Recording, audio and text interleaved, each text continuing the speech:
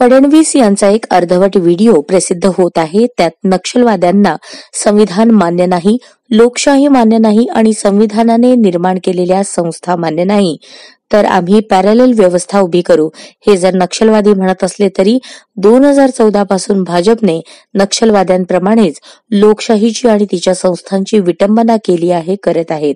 म्हणजे नक्षलवादी आणि भाजप हे दोघेही सारखेच आहेत. भाजपला बोलायचे आहे, परंतु नक्षलवादी यांचा सहारा घेऊन फडणवीस बोलत आहेत. यांच्या पोटात जे आहे ते ओठात आले आहे. सर्व लोकशाही प्रेमींनी जागृत व्हावे. हा व्हिडिओ खोटा आहे आणि वस्तुस्थितीचा विपर्यास करणारा आहे. देवेंद्र फडणवीस यांच्या विधानसभेतील पहिल्या भाषणाचा काही अंश आहे.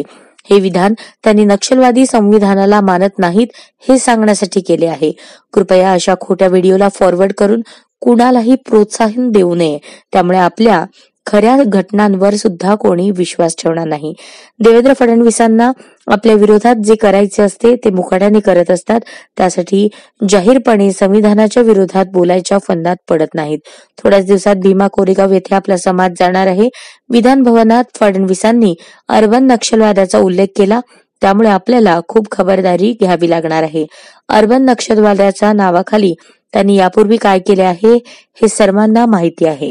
फडणवीसांच्या अशा विधानाने स्फूर्ती घेऊन किंवा निवडणुकीत गैरप्रकारे का असेना पण पाशवी विजय मिळाल्याच्या उन्मादाने उन्मत्त झालेले अर्धवट कार्यकर्ते आगळीक करू शकतात.